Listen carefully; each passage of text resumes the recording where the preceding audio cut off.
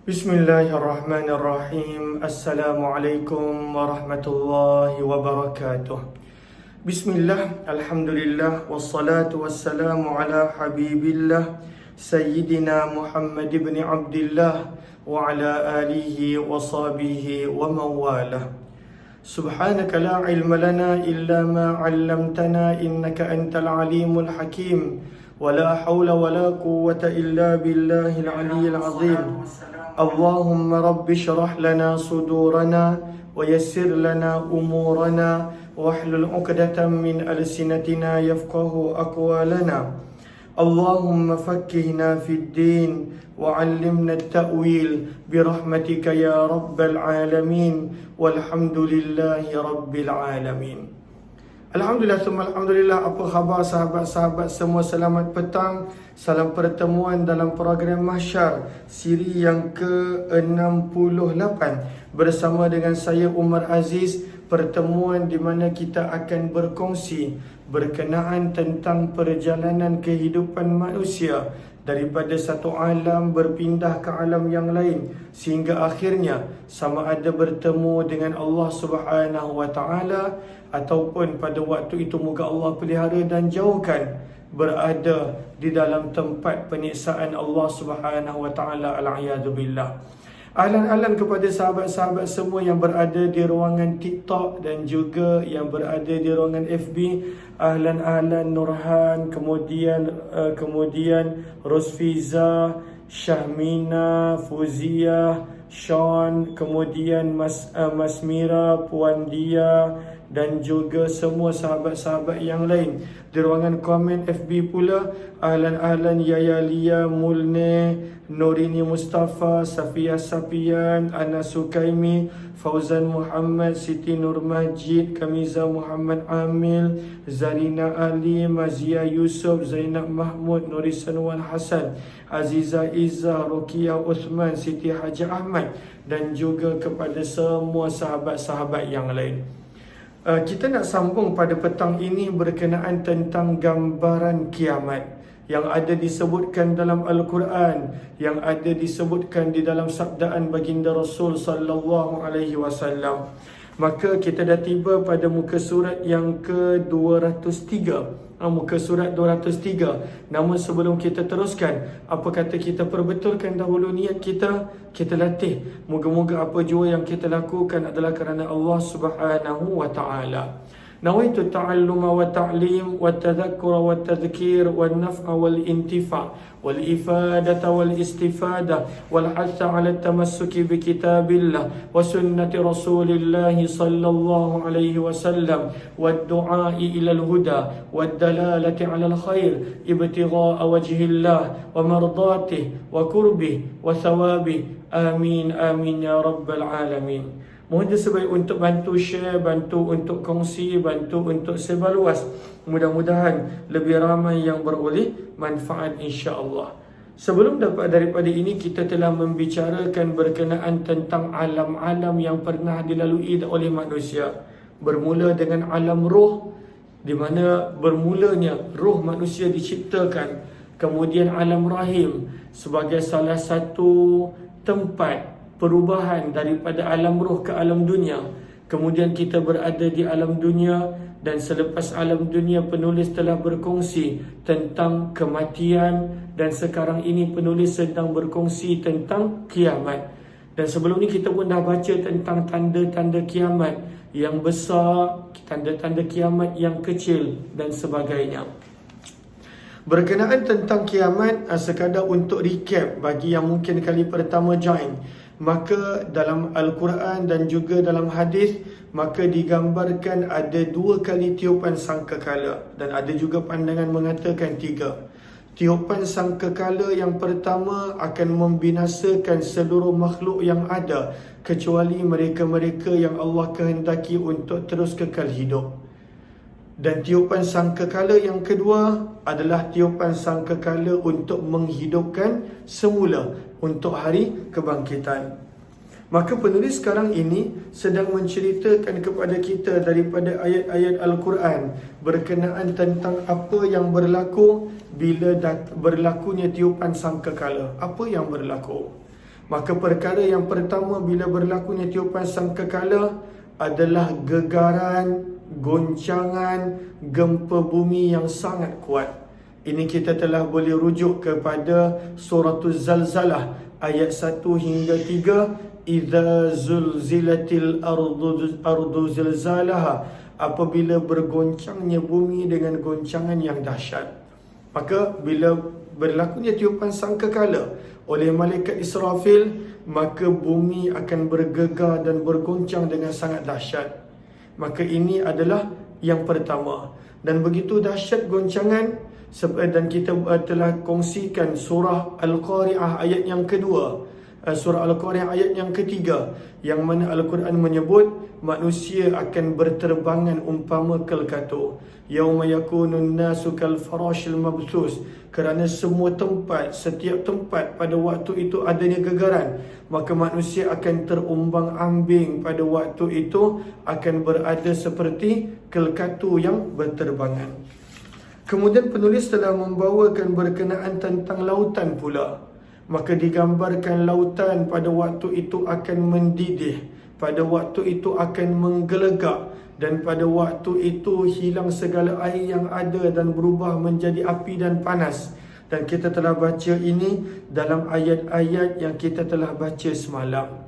Kemudian penulis buku bawakan pula tentang apakah keadaan gunung ganang sewaktu tiupan sangkakala yang pertama. Maka dibawakan surah Al-Qari'ah, di mana segala gunung ganang yang nampak kuat sebagai pemasak kepada bumi akan pada waktu itu hancur lebur dan berterbangan seperti yang ada di dalam suratul Qari'ah. Itu semua kita telah baca semalam. Hari ini kita telah tiba pada muka surat yang ke-203. Dan pada muka surat yang ke-203, penulis sekadar berkongsi ayat 1 hingga ayat yang ke-14 daripada surah At-Takwir sebagai gambaran dahsyat ketika mana saat berlakunya kiamat. Maka surah At-Takwir adalah surah yang ke-81. Kalau yang ada Al-Quran, boleh buka Al-Quran. Dalam buku pun ada terjemahannya. Ayat surah yang ke-81 bermula daripada ayat yang pertama hinggalah ayat yang ke-14. Ini yang dikongsikan oleh penulis pada muka surat 203 pada petang ini. Jom kita lihat. Bismillahirrahmanirrahim. Idza syamsu kuwirat. Apakah terjemahannya? Idza, apabila. Asyamsu, matahari yang dilingkari cahaya. Kuwirat, pada waktu itu hilang lenyap. Matahari hilang, tidak mengeluarkan sebarang cahaya. Hilang segala cahaya yang ada, kepanasan yang ada, yang datangnya daripada matahari. Maka kita boleh gambarkan pada waktu itu dunia menjadi gelap, dalam keadaan gempa yang dahsyat, dalam keadaan lautan yang mula mendidih dan menggelegak, dalam keadaan bukit-bukit, gunung-gunung yang besar pada waktu itu tercabut dan berterbangan seperti kapas. Maka adakah ianya berlaku dalam keadaan ada sinaran matahari? Ayat yang pertama firman Allah, idza syamsu kuwirat. Hilang segala cahaya matahari pada waktu itu. Firman Allah pada ayat yang kedua, wa idzan nujumu kadarat. Dan apabila bintang-bintang mula gugur berselerak. Bintang yang kita nampak cantik, kalaulah tak ada matahari, mungkin ada bintang. Bintang yang kita nampak indah pada waktu malam, maka bintang-bintang tersebut akan mula terjunam jatuh, berguguran, berselerakan. Ini adalah keadaan ketika mana berlakunya tiupan sangkakala yang pertama, dan ianya berlaku serentak. Lautan keadaan dia, bukit gunung ganang keadaan dia, matahari dengan keadaannya hilang cahaya, bintang-bintang berguguran jatuh. Firman Allah Subhanahu wa taala pada ayat yang ketiga, wa idzal jibalu suyirat. Dan gunung ganang diterbangkan ke angkasa setelah dihancurkan menjadi debu. Dah tak ada dah gunung ganang. Bukit yang tinggi, yang kuat sebagai pemasak bumi, wal jibala autada, firman Allah, bukit, gunung ganang fungsinya adalah sebagai pemasak kepada bumi. Suyirat, ianya akan menjadi hancur lebur, dan pada waktu itu akan berterbangan di alam, berterbangan pada waktu itu di awan. Firman Allah Subhanahu wa taala tentang keadaan binatang-binatang pula. Firman Allah pada ayat yang keempat, wa idzal 'isyaru uttilat, dan apabila binatang-binatang liar mula dihimpunkan, mula berkumpul, binatang-binatang pun tak tahu nak pergi ke mana, nak melarikan diri ke mana. Dah tidak ada lagi tempat selamat pada waktu itu. Semuanya berada di ambang kebinasaan, daripada sebesar-besar makhluk sehinggalah sekecil-kecil makhluk. Maka firman Allah, segala binatang pada waktu itu akan berkumpul menunggu masa pembinasaan dan kehancuran buat mereka juga. Firman Allah pada ayat yang ke-6, pada ayat yang pada ayat wa idzal 'isyaru uttilat, ayat yang keempat, wa idzal 'isyaru uttilat, dan apabila unta-unta yang bunting terbiar. Dah tak ada siapa dah nak ambil harta. Unta bunting adalah harta yang bernilai di sisi orang Arab. Tapi bila berlakunya kiamat, dah tak ada siapa nak kutip mana-mana harta, emas, perak, duit, tak ada siapa nak kutip. Masing-masing berada di dalam keadaan ketakutan, kerisauan, kegelisahan.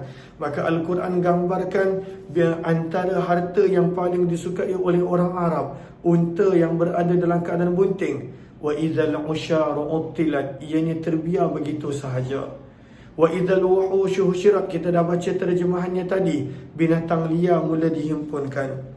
Dan kemudian pada ayat yang ke-6 firman Allah, wa idzal biharu sujjirat, kita telah baca juga semalam. Dan apabila lautan mula meluap-luap, pada waktu itu mula menggelegak air dia, mula naik ke atas airnya, itulah keadaan lautan menjadi panas, menjadi pada waktu itu meluap-luap keadaannya. Ayat yang ke-7 firman Allah Subhanahu wa taala, wa idzan nufusu zuwijat, firman Allah Subhanahu wa taala pada ayat yang ke-7, dan apabila tiap-tiap diri disatukan dengan pasangan dia, masing-masing pada waktu itu mencari pasangannya. Kemudian firman Allah menggambarkan wa idzal mau'udatu su'ilat, ini keadaan di padang mahsyar pula. Dan ketika mana bayi yang telah ditanam hidup-hidup, orang Arab dulu mereka tanam hidup-hidup bayi mereka, maka pada hari kiamat bayi ini akan bertanya, bi ayyi dzambin kutilat, atas sebab dosa apa dia telah dibunuh. Maka bermula daripada ayat yang ke-8 menceritakan pada waktu itu tentang gambaran kiamat. Maka bayi yang kena bunuh pada waktu kecil ditanya dengan orang yang membunuh dia, kenapa dia kena bunuh? Pada ayat yang ke-10 firman Allah, wa idzas suhufu nusyirat, dan apabila buku catatan amalan dibentangkan, maka dibentangkan, inilah amalan yang kau pernah buat. Dalam tafsiran untuk ayat yang ada di dalam suratul Kahfi, maka pada waktu itu satu buku catatan amalan yang ditulis oleh malaikat, ianya adalah sejauh mata memandang. Malaikat catat semuanya. Maka ditunjukkan kepada manusia, nak lari mana? Inilah amalan-amalan yang kau pernah buat dulu di dunia. Wa idzas suhufu nusyirat, firman Allah Subhanahu wa taala, wa idzas samaa'u kushitat, pada ayat yang ke-11, dan apabila langit pada waktu itu ditanggalkan daripada tempatnya. Pada ayat yang ke-12, wa idzal jahimu su'irat, dan apabila neraka dinyalakan apinya supaya manusia boleh nampak dahsyatnya neraka. Ayat yang ke-13, wa idzal jannatu uzlifat, dan apabila syurga didekatkan kepada manusia, maka manusia nampak inilah nikmat syurga, inilah azab neraka. Dan pada ayat yang ke-14 firman Allah, wa idzal pada ayat yang ke-14, alimat nafsum ma ahdarat, maka setiap yang bernyawa akan mengetahui tentang amalan yang dibawa. Dia boleh tahu ke neraka tempat dia kerana tak ada apa-apa amalan yang dia buat, ataupun syurga tempatnya apabila banyak perkara yang Allah suka dia lakukan. Maka penulis kongsikan ayat 1 hingga 14 tentang gambaran kiamat, binatang-binatang dan harta yang tidak ada siapa nak ambil, daripada bulan yang bergelimpangan bintang yang bergelimpangan jatuh, matahari yang telah mula hilang sinaran dia, maka bumi berada dalam keadaan gelap, dalam keadaan berlakunya goncangan yang sangat hebat, dalam keadaan gunung ganang pun mula hancur, berterbangan di udara, dalam keadaan tidak ada lagi yang boleh menyelamatkan manusia. Maka kata penulis buku pada muka surat 205, segala daratan dileburkan sehingga bumi yang amat luas pun akan berterbangan seperti benda yang kecil. Semuanya hancur binasa. Sama ada gunung ganang, bumi yang dipijak, segala-galanya pada waktu itu Allah akan binasa dan hancurkan ketika mana tiupan sangkakala yang pertama.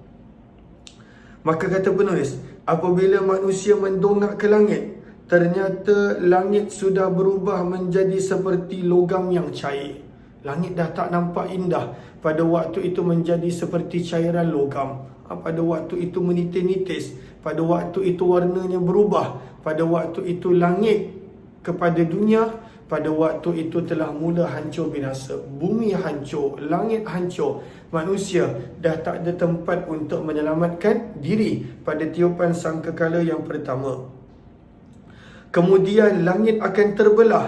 Bintang-bintang yang selama ini menghiasi langit, kita dah baca tadi surah At-Takwir, wa idzan nujumun kadarat, bintang-bintang yang menghiasi langit akan berhamburan jatuh ke semuanya, dan matahari dan bulan tidak lagi memancarkan cahayanya. Gelap segelap-gelapnya pada waktu itu.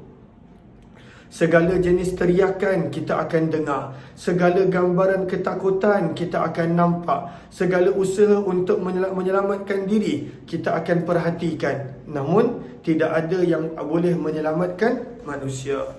Firman Allah di dalam suratul Muzammil pada ayat yang ke-18. Kita buka sebentar surah Al-Muzammil pada juz yang ke-29, surah yang ke-73, pada ayat yang ke-18. Firman Allah Subhanahu wa taala, "As-samaa'u munfatirun bih." Langit yang demikian besarnya akan pecah belah dengan sebab kedahsyatan hari kiamat. As-samaa'u munfatirun bih. Kana wa'duhu maf'ula. Firman Allah, ingatlah, janji Allah adalah perkara yang tetap akan berlaku. Maka bumi hancur menjadi debu sehancur-hancurnya. Langit pun pada waktu itu menjadi seperti cairan timah dan akhirnya terbelah dan berguguran jatuhlah segala apa yang berada di langit dunia daripada bintang-bintang dan sebagainya. Suratul Muzammil ayat yang ke-18. Kata penulis buku setelah berkongsi kepada kita ayat yang ke-18 daripada surah Al-Muzammil tadi, bayangkan bulan, matahari, bintang-bintang yang begitu besar, bahkan ianya lebih besar daripada bumi, lebih terang berjuta kali ganda daripada matahari yang kita lihat. Semua itu pun akan hancur. Allah bina semua ini untuk Allah binasakan. Allah bina semua ini adalah untuk menguji manusia. Adakah manusia akan kenal Tuhannya, penciptanya, zat yang mentadbirkan segalanya. Kata penulis buku rahimahullah, bahkan bintang adalah lebih besar daripada bumi, lebih terang berjuta kali ganda daripada matahari yang kita lihat. Namun semua ini pun akan tetap hancur juga. Sinarannya akan pudar dan terpadam. Segala gerakan, susunan dan aturannya menjadi hancur lebur. Inilah keadaan dunia ketika mana tiupan sangkakala sangat-sangat mengerikan, tidak boleh terbayang untuk kita fikirkan. Namun inilah hakikat sewaktu pengakhiran dunia. Kata penulis buku, bayangkan matahari yang begitu besar akan berlanggar dengan bulan. Langit yang engkau lihat bergoncang menjadi terbelah dan mula hancur. Gugusan langit akan luluh bagaikan logam yang telah cair. Ketika itu alam ini hanya akan dipenuhi oleh asap tebal dan awan yang gelap, dan akan terdengarlah jeritan kematian yang dahsyat dan begitu menakut-nakutkan. Maka firman Allah di dalam suratul Infitar pada ayat yang kedua, wa idzal kawakibun tatharat, apabila bintang-bintang yang besar pada waktu itu mula berguguran jatuh. Masya Allah. Inilah keadaan sewaktu tiupan sangkakala yang pertama. Begitu juga dalam suratul Haqqah pada ayat yang ke-16. Kita nak buka suratul Haqqah, surah yang ke-69 pada ayat yang ke-16. Firman Allah Subhanahu wa taala, wa syaqqatis sama' fahiya yawma idzin wahiyah. Firman Allah, dan akan terbelahlah langit. Langit pun terbelah seperti mana terbelahnya bumi, dan menjadilah langit pada saat itu reput lalu runtuh. Maka langit pun berguguran jatuh, bintang-bintang berguguran jatuh.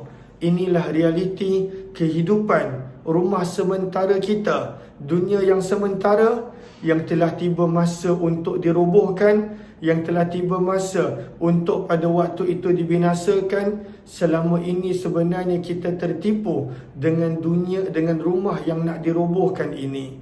Dalam rumah sementara yang sedang kita tumpang ini, maka kita bergaduh, bertengkar kerananya.